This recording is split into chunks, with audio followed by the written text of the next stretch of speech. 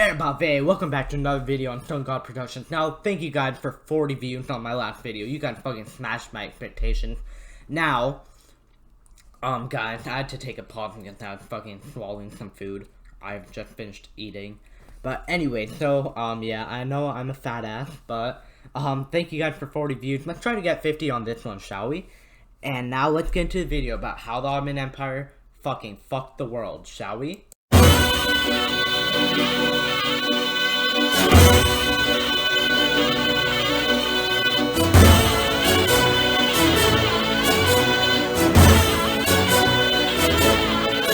Now, the Byzantines were at it again. Another fucking civil war. Holy shit. It's like fucking what's there left of your empire, bro? Like, your empire's been declining for centuries. There's fucking nothing there to fight over, man. It's like a fucking guy with a 1-inch dick fucking circumcising himself. There's nothing there.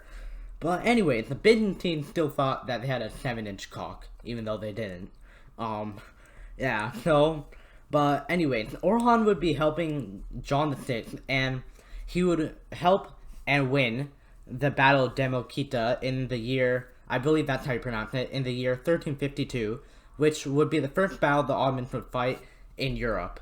And after that battle, John VI would give the Ottomans a castle in Gallipoli. But he did not give the whole peninsula. Now, eventually an earthquake would hit Gallipoli, and the Ottomans would take full advantage of this, taking Gallipoli from the Byzantines. So, yeah, the Ottomans be like snatching everything. But this would be actually their first territory in Europe, which would gain them huge street cred in front of the whole Turkish beyliks. So yeah, the beyliks were just like, holy shit, the Ottomans be like, yo, what's up, guys? What up, cuz? I'm not from the hood. I don't know why I'm trying to sound cool. Anyways, Orhan would be succeeded by his son Murad, who did not expect to be Sultan. I believe that's how you say it properly. That's how I heard you're supposed to say it properly. I hope that is. Don't roast me in the comment section. But, yeah, so he'd be succeeded. But he did not actually expect to be Sultan because, he had an older brother named Suleiman, but he would die from a hunting accident, so I guess he's next in line. But he would quickly kill all his rivals to the throne, which were his stepbrothers, and eventually be crowned in Bursa in the year 1362. So, yeah, 1362, Murad is now crowned Sultan. And now, my man Murad would do a bunch of cool ass shit, like he would form the Janissary Corps, which was basically a loyal army corps of soldiers that were supposed to be loyal to the Sultan and only the Sultan. And they were basically young Christian boys who would be taken from, when they were kids. And they would basically convert to Islam and become loyal soldiers. And these would be the elite legendary soldiers of the Ottoman army. But they weren't really as loyal as you'd think, which we'd later find out. Poor Osman II. He died so young, being killed by his fucking janissaries. Hopefully I'll get into that part of Ottoman history later, so yeah, just wait for that. Cause it's fucking sad, man. He died so young. Anyway, on a brighter note, Murad would take Edirne, well, at the time it's called Adrianople, which was the largest city in trade, from the Byzantines. And now, he'd renamed Adrianople to Edirne, which would then become the new capital of the Ottoman Empire, which would gain them huge street cred in front of the rest of the Turkish beyliks. But Europe would be really salty from this. In fact, they'd be so salty that they would call a crusade. And guess what? Pope Urban the bitch. Did I say the bitch? I mean the fifth. Holy shit, man. Pope Urban the bitch. Pope Urban the Fifth would call a crusade, and yeah, Hungary, the Byzantines, and knights from Western Europe, mainly France, would all unite in the summer of 1366 against the Ottomans. It would be a partial success in them gaining the Dardanelles back from the Ottomans, but it failed to kick them out of Europe. On top of that, Murad really just decided, you know what, I'm just going to wait this crusade out. because that's a smart thing to do, because crusades are always unorganized. And so, yeah, not shockingly, the Crusades left. So, yeah, this crusade won't really terribly damage the Ottomans. So, yeah, it's safe to say that everything was going really good for the Ottomans until the year 1371, where the Serbians attacked. And so, the Ottomans would just be like, okay, hell nah, I'm gonna fucking fuck you guys, Serbia. And so, they would crush the Serbians in the Battle of Maritza. I believe that's how you pronounce it. And this would actually cause the Serbian Emperor Wilkinson, to be killed.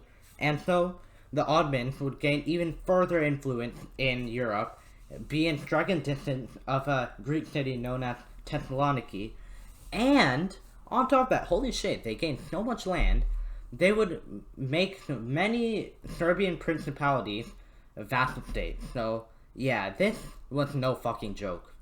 Meanwhile, what was going on in Anatolia? Well, my man, Bayezid. Fucking love you, Bayezid. So, Bayezid would basically be fighting at the time, which was the most powerful Turkish beylik, which was the Karaman Turks. And after his stunning victories, he'd be renamed Yildirim, or Lightning Bolt. And I fucking love that nickname. Imagine being nicknamed Thunderbolt, bro. I love that, bro. Come on, man. Why can't I be named Thunderbolt or Sunray? Yeah, I'm only called Sunray. I don't really want to be called Sunray. That's not really cool. Like, what does Sunray do other than fucking give people cancer? Oh my god, bro. But now that I think about it, being called Sunray is actually pretty cool. No one really calls me Sunray. Anyways, yeah, in just 80 years, the Ottomans would go from being the smallest beylik to the largest. Just imagine Rhode Island going from the smallest state to the largest state. I don't know where I'm going with this, but hey. But yeah, so they're now the largest Turkish beylik. On top of that, by the year 1373, they'd even have the Roman Empire, the Byzantine. Yeah, not that impressive. But yeah, they'd have the Roman Empire paying them tribute. The Huns be like, welcome to the club, Ottoman Empire. So yeah, but the Byzantine Emperor's son, Andronicus, would not be a fan of this, so he would rebel against his father with Murad's son. Oh my god, holy shit, I know, right? Imagine having your son rebel against you. His name was Savik Bey. I hope that's how you pronounce it. But honestly, I don't care. That guy's a son of a bitch for rebelling against his dad. So, yeah. Anyway, so basically the Byzantine Emperor and the Ottoman Sultan would basically join forces against their son. So it would be like an ultimate millennial versus boomer clash. And surprise, surprise, the boomers crushed the millennials. And yeah, actually what ended up happening was that Savik, I believe his name was Savik Bey, his army would actually defect to Murad. So, ha! Damn, bro. That's why you don't betray your father. And let's just say that he was put to sleep.